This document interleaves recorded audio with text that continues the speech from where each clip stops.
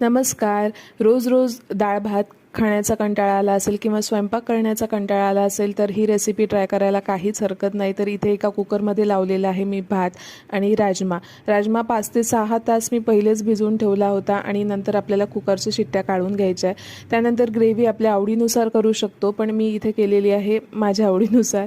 तर इथे केलेल्या कांदा, टोमॅटो, लसूण, अद्रक, हिरवी मिरची, कोथिंबीर आणि कढीपत्ता एकत्र वाटून घेतलेला आहे आणि पॅनमध्ये तेल टाकून छान आपल्याला तेल सुटेपर्यंत परतून घ्यायचं आहे. त्यानंतर त्यामध्ये आपल्या आवडीनुसार मसाले टाकून छान त्याची ग्रेव्ही तयार करून घ्यायची आहे आणि राजमा टाकून आपला राजम्याची रेसिपी तयार आहे. यामध्ये आपण पाणी आपल्या आवडीनुसार टाकू शकतो, घट्ट किंवा पातळ जसा पाहिजे असेल तसा. आणि छान उकळी काढून घेतल्यानंतर त्यामध्ये टाकलेली आहे कसुरी मेथी, ज्याने त्याची चव आणखी वाढते. तर राजमा चावल ही खूप प्रसिद्ध अशी रेसिपी आहे. एकदा नक्की ट्राय करून पहा. भेटू पुढच्या व्हिडिओ.